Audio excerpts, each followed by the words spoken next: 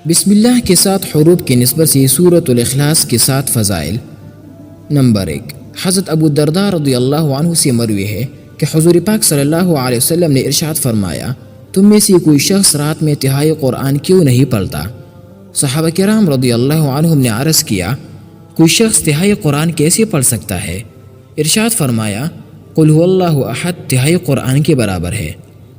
Number 2، حضرت ابو ہریرہ رضی اللہ عنہ سے روایت ہے کہ سید المرسلین صلی اللہ علیہ وسلم نے ارشاد فرمایا، اکٹھے ہو جاؤ کیونکہ ابھی میں تمہارے سامنے تہائی قرآن پڑھوں گا۔ چنانچہ صحابہ کرام رضی اللہ عنہم میں سے جنہیں جمع ہونا تھا وہ جمع ہو گئے۔ پھر نبی کریم صلی اللہ علیہ وسلم تشریف لائے اور قل هو اللہ احد پڑھی اور واپس تشریف لے گئے۔ ہم ایک دوسرے سے کہنے لگے، شاید آسمان سے کوئی خبر آئی ہے جس کی وجہ سے حضور صلی اللہ علیہ وسلم واپس تشریف لے گئے ہیں۔ جب آپ صلی اللہ علیہ وسلم دوبارہ تشریف لائے تو فرمایا، میں نے تمہارے سامنے تہائی قرآن پڑھنے کا کہا تھا، تو سن لو، یہی سورت تہائی قرآن کے برابر ہے۔ نمبر 3، حضرت ابو سعید خدری رضی اللہ عنہ فرماتے ہیں کہ ایک شخص نے کسی کو بار بار قل هو اللہ احد پڑھتے ہوئے سنا تو صبح کے وقت رسول اکرم صلی اللہ علیہ وسلم کی بارگاہ میں حاضر ہو کر اس کا تذکرہ کیا۔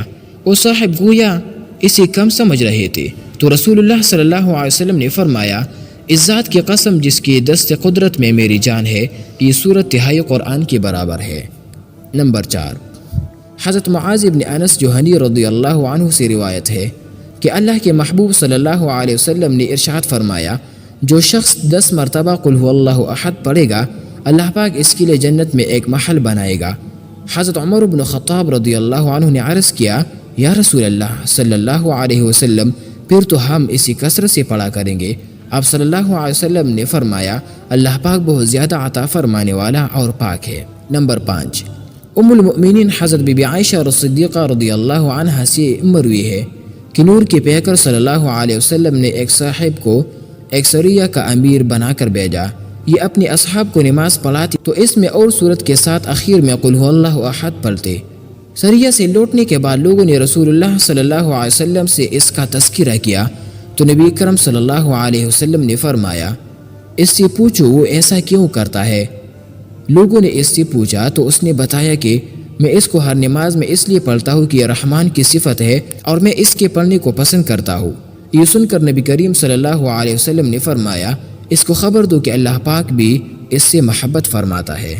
نمبر 6، حضرت ابو ہریرہ رضی اللہ عنہ فرماتے ہیں کہ میں خاتم المرسلین صلی اللہ علیہ وسلم کے ساتھ کہیں جا رہا تھا کہ آپ صلی اللہ علیہ وسلم نے کسی شخص کو سورۃ اخلاص پڑھتے ہوئے سنا تو آپ صلی اللہ علیہ وسلم نے ارشاد فرمایا، واجب ہو گئی۔ میں نے عرض کیا، یا رسول اللہ صلی اللہ علیہ وسلم، کیا چیز واجب ہو گئی؟ فرمایا، جنت۔ نمبر 7، حضرت انس رضی اللہ تعالی عنہ سے روایت ہے کہ تاجدار رسالت صلی اللہ علیہ وسلم نے ارشاد فرمایا، جو شخص روزانہ 200 مرتبہ قل هو اللہ احد پڑھے گا، اس کے 50 برس کے گناہ مٹا دیے جائیں گے، مگر یہ کہ اس پر قرض ہو، انہیں قرض معاف نہیں ہو۔